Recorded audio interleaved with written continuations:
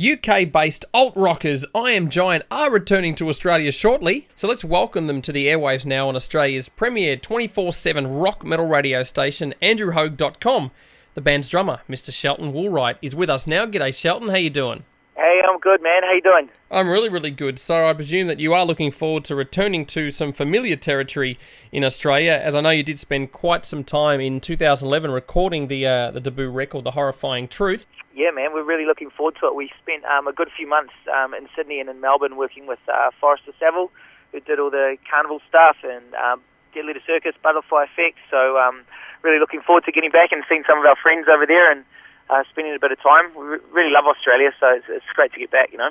Now, the record, of course, was released in the UK in late 2012, and yes, as you mentioned, working with Forrester. How much have you learnt working with someone like him? Because, again, he has got a great track record of a hell of a lot of successful bands that you did mention that are more sort of driven in the dynamic, sort of emotive rock sense. Fill us in on your experience with Forrester, and are you happy with the direction of the band's current sound? Yeah, no, definitely. I mean, it was interesting meeting Forry because we'd heard so much about him and spoken to him a couple of times on the phone and on Skype and things like that.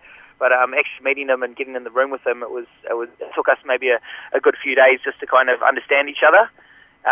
Because it's quite a personal thing when you're in the studio with someone. You pour in, all your ideas out and all your creativity, and so is he really. And he just brought so much to the table with his ideas and just tweaking some of our stuff, and I think he pulled a lot more of the progressive sound out of us, which you can hear in all the other albums he's worked on as well. So he definitely got his flavour on the album, which we are 100% happy with, and so much so we're going to actually use him again for the next record, which we're currently writing at the moment. So we look to record that with Forry. We're actually doing it up in France mid this year, so it'll be good to see him again. Fantastic. Now, again, as you mentioned, sort of steeping more to the progressive sound, how do you define the sound of I Am Giant, especially for sort of listeners who might not know too much about the band's sort of sound? We like to keep it pretty simple and just call ourselves just an alternative rock band. Like, we don't have any gimmicks, any crazy sort of fashionable toys of any particular time. We just straight up alternative rock and just like to make noise and powerful, emotive music, really. So, if you're a fan of that sort of stuff, 90s rock, then you'll probably enjoy listening to us, hopefully. All right, so tell us exactly how much new music has already been written for the second record. Can you give us a little bit of allude to what we can expect from the sounds of the new forthcoming material?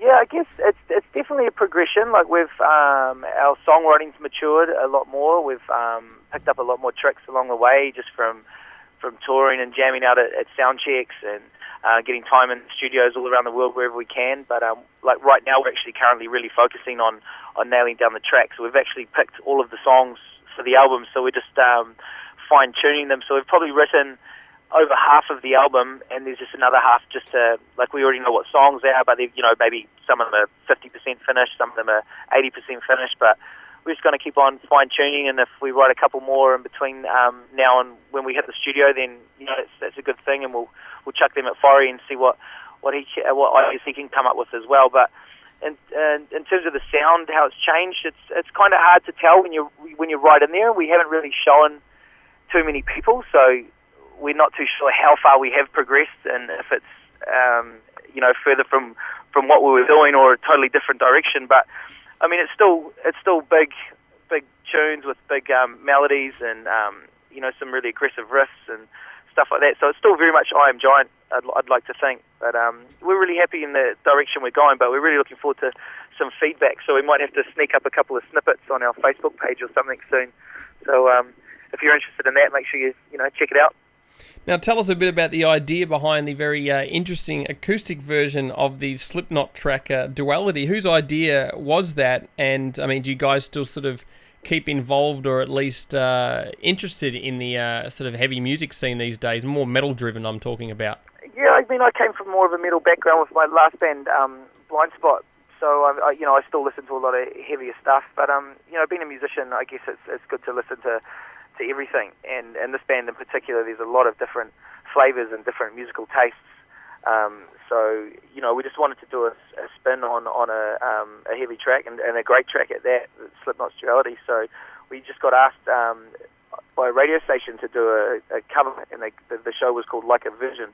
So we had to do a vision of a different song that wasn't really sort of our sort of music. So we just would pick that song and do an acoustic kind of take on it, and it went down a treat. We offended a few people, a few diehard Slipknot fans weren't too happy about it, but we're like, hey, we're just trying to do something different here, and but it seemed to have gone down well. So yeah, we're really, really happy with it, and we've thought about maybe doing another one actually because of the response we've got from it, but we just haven't quite picked the track yet. We're thinking maybe doing a Kill Switch Engage song or something.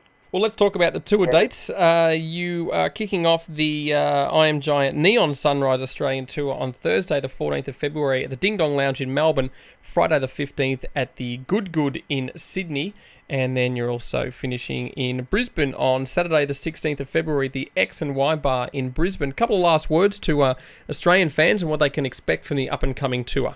Yeah, well, firstly, just want to apologise to some of the other places around Australia, like Perth and Adelaide, and some of the smaller cities that we're not getting to this time. It's just purely because we're quite busy writing, so we could only kind of slip over for a weekend. But just want to thank all the Aussie fans for coming out and supporting us over the last year or so. It's really good to see all the faces and familiar faces and obviously meet new people. So don't be shy to come up and say hi and have a beer with us. We like being all of our friends and fans. So yeah, can't wait to get to Aussie, man. Rock it out. And let me get you to choose one of your favourite tracks from the latest record. Oh, that's a hard one. I'm going to go with After the War. Any particular reason why you dig that track? I've just been loving playing it live lately. It's in 7/8 time signature, same as Money for Pink Floyd. So it's just something a bit different, rock out to. So enjoy it. Let's check it out. Thanks again for your time, Shelton. Thank you, mate. Let's check out some I Am Giant now on andrewhaug.com.